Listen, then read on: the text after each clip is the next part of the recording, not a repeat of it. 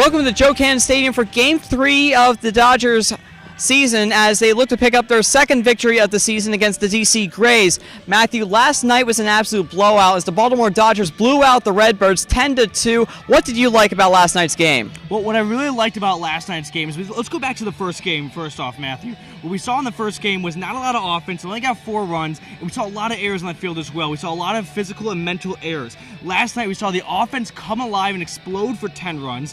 However, the errors were still there in bits and pieces. So I want to see a more complete game tonight where the errors are trimmed down and the offense still, maybe not 10 runs tonight because you can't pick up 10 every game, but still a little more than 4. And I want to see the offense stay consistent and the errors begin to go down as the games go on and on. What about yourself, Matthew? Well, the errors are a big part of it, but also I'm looking back to the batting. Last night, the Dodgers raced out to a 7-0 lead thanks to that consistent batting, and much of it had to do with Daryl Torres hitting a 3-run RBI triple to extend their lead to 7-0 in the first inning, and they never looked back. I'm looking for the Dodgers to consistently, when they come to the plate, finish the day with good at-bats, get good hits, hit for home runs, but as well as hit for contact and continue getting these big RBI plays. So I look to see the Dodgers continue that as the season rolls around, because if they can continue to hit as well as they did last night, they could be a very dangerous team. Absolutely, and I'm glad you brought up Daryl Torres because that's a guy that's batting in the 8th spot. So for him to come in the first inning and have a triple that brings in 2 runs like that is absolutely electric. And that's the kind of plays right there that can really jumpstart your offense. And it's exactly what it did. And so we can continue to see that production from the 8, 9, and even 7 spot, stuff like that. We're really going to see this Dodgers team continue this upward slope. As we wait for the DC Braves to come into play here, they are 0-3. They've been outscored 21-2 in their first 3 games, but they will certainly be no team to sleep on. We'll have much more of that and more. First pitch is at 7 o'clock. This is Matthew Klinedinst alongside Matthew Peterson. Hello and welcome to Joe Cannon Stadium. I'm Matthew Peterson. Join me today, Kasey Gast. Kasey, let's talk about last night's game. You came in and you had your work cut out for you in a way when you had bases loaded twice and you were able to get a jam 2 times. Walk me through what you were thinking when you had bases loaded and you were able to get out with no runs earned.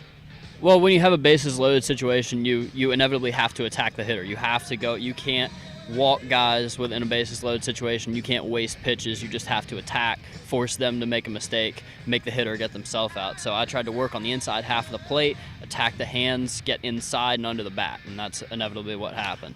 It was really incredible to see up in the booth with bases loaded back-to-back times and you get out scot-free. This Redbirds team you guys beat pretty handily 10-2, except this is a Redbirds team that is very good along the years, and a lot of people have really picked them as the favorites to win year in and year out. So what was the mentality like before the game in the locker room, before you guys went on the field?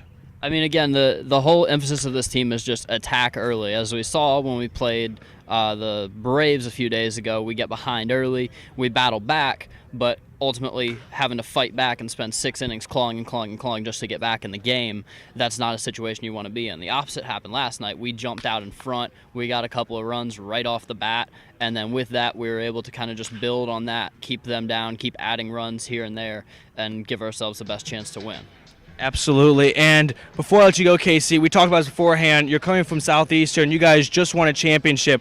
Just walk me through it with the Capitals winning right around the corner here in the Stanley Cup Finals. Just tell, what's it like to win a championship like that? Because a lot of people never get that close to it. Yeah, I mean, it's an unbelievable feeling, especially when you're pulling and you're fighting for 9 months with that same group of guys, and you have the ultimate goal of, we want to win a national championship. Day one, that comes in. We want to go and we want to win this whole thing.